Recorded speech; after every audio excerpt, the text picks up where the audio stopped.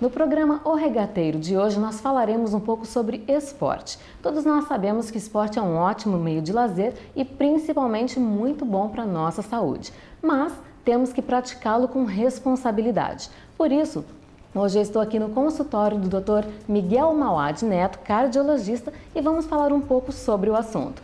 Tudo bom, Dr. Miguel? Tudo bom. Dr. Miguel, qual é a importância de se fazer um exame clínico antes da prática esportiva ou de uma atividade física? Como você falou, Silvana, na sua introdução, é muito importante. A parte física, um esporte, é uma das coisas mais salutares que pode ter para nós, espécie humana. E dentro dessas atividades, cada pessoa procura desenvolver da melhor maneira, com gosto, com prazer. Mas para que isso seja pleno, é necessário que ele saiba as condições dele, como está o seu organismo e, principalmente, se tem algumas limitações.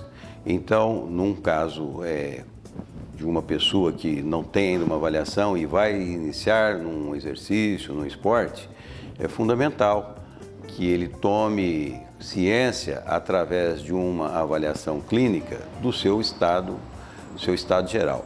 Como seria essa avaliação? Primeira coisa é ele procurar um médico e nesse médico vão ser feitas certas atitudes dentro de uma rotina. A primeira delas é o exame clínico.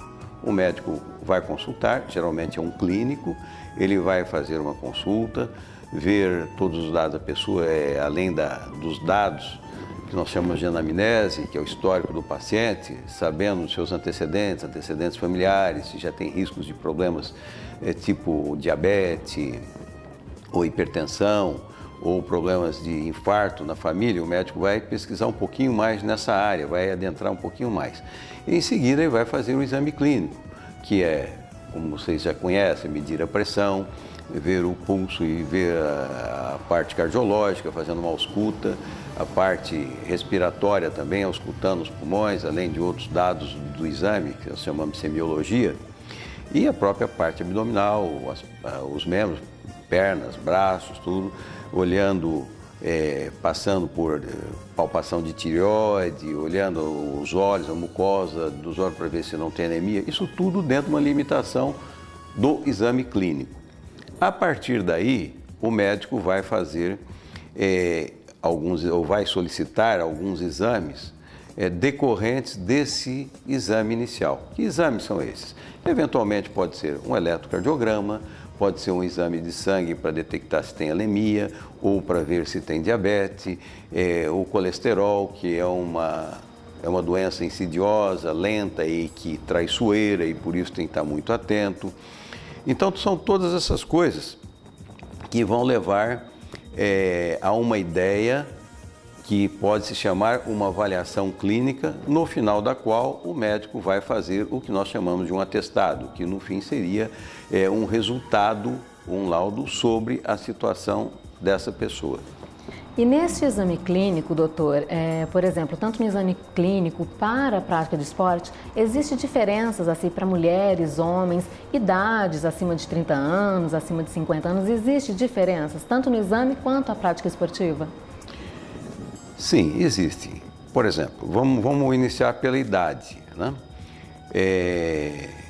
Você examinar um jovem de 18, 20 anos é uma coisa. Você examinar uma pessoa de 50, 60 ou 70 anos, porque hoje o esporte parece que cada dia o limite, a barreira de idade, por exemplo, ela vai ficando mais para trás. Hoje você vê pessoas com 70, 80 anos frequentando academias. E então, claro que para uma pessoa de 70 anos, você tem que ter uma cautela maior no exame, ser mais criterioso que numa pessoa de 20 anos, por exemplo. Sabe-se, né, que nessas idades, 70 ou 80, algumas doenças são mais frequentes. Então, o médico certamente vai procurar pesquisar com mais detalhe uma fase inicial de um diabetes ou mesmo hipertensão, que é comum nessa idade, riscos coronarianos em relação ao infarto. Então, existe sim essa diferença. E no caso de homens e mulheres, tem também, mas é bem menos, porque as mulheres tem algumas diferenças. Por exemplo, uma mulher na menopausa, ela passa por um transtorno hormonal, uma mudança hormonal, que praticamente o seu conteúdo biológico tem uma transformação.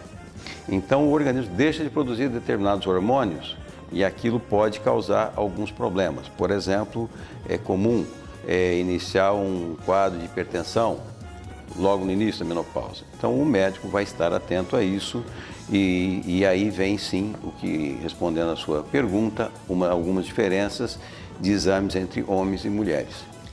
E falando um pouco a respeito agora daqueles atletas de finais de semana, né, que de repente não tem tempo de prática esportiva diária, mas aos finais de semana praticam esporte, durante a semana jogam uma bolinha.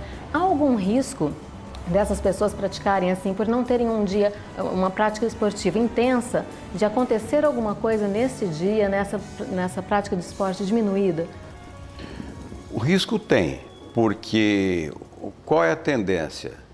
A pessoa, vamos dizer que gosta de um futebolzinho, gosta de um basquete ou mesmo um tênis, que é um esporte mais light um pouquinho. Digo mais light porque é individual, então a pessoa pode controlar um pouco mais no esporte coletivo.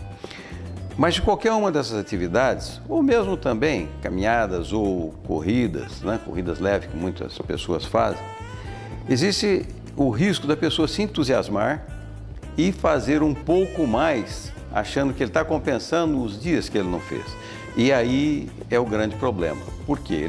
Primeiro, o organismo dele não está preparado para aquilo que ele não vem fazendo rotineiramente. Segundo, ele além de não estar preparado para fazer o normal, ele vai tentar fazer em excesso para compensar, fazer um tanto mais. E aí é evidente que tem um risco.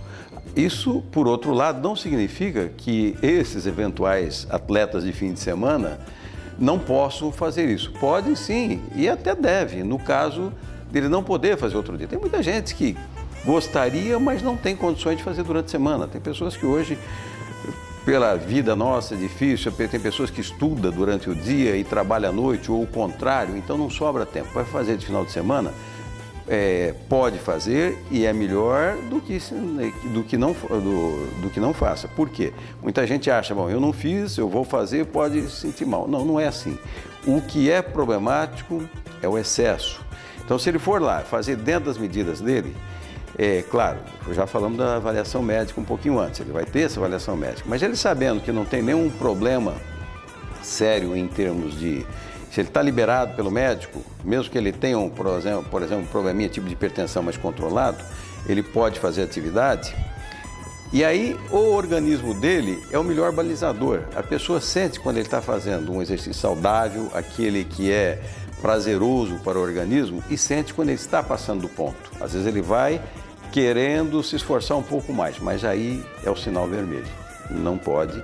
Então, pode sim fazer exercício no final de semana, dentro desses parâmetros que eu falei. Para finalizar, então, doutor, é muito importante a prática de esporte, mas dentro dos padrões, com orientação médica, tudo certinho.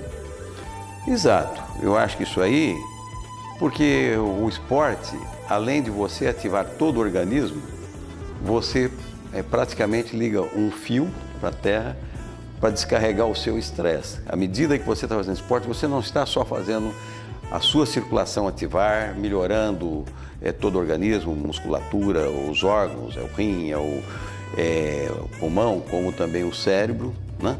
Paralelamente a isso, você se despreocupa, é como se estiver ligando um fio terra. Então é muito importante e tão importante quanto isso é lembrar que você tem que fazer uma avaliação para poder fazer isso. Essa avaliação médica que nós falamos, geralmente vem sob o rótulo de atestado. Na verdade, não é um atestado formal que é importante, é uma avaliação médica que desemboca num atestado que credencia a pessoa para fazer essa atividade física.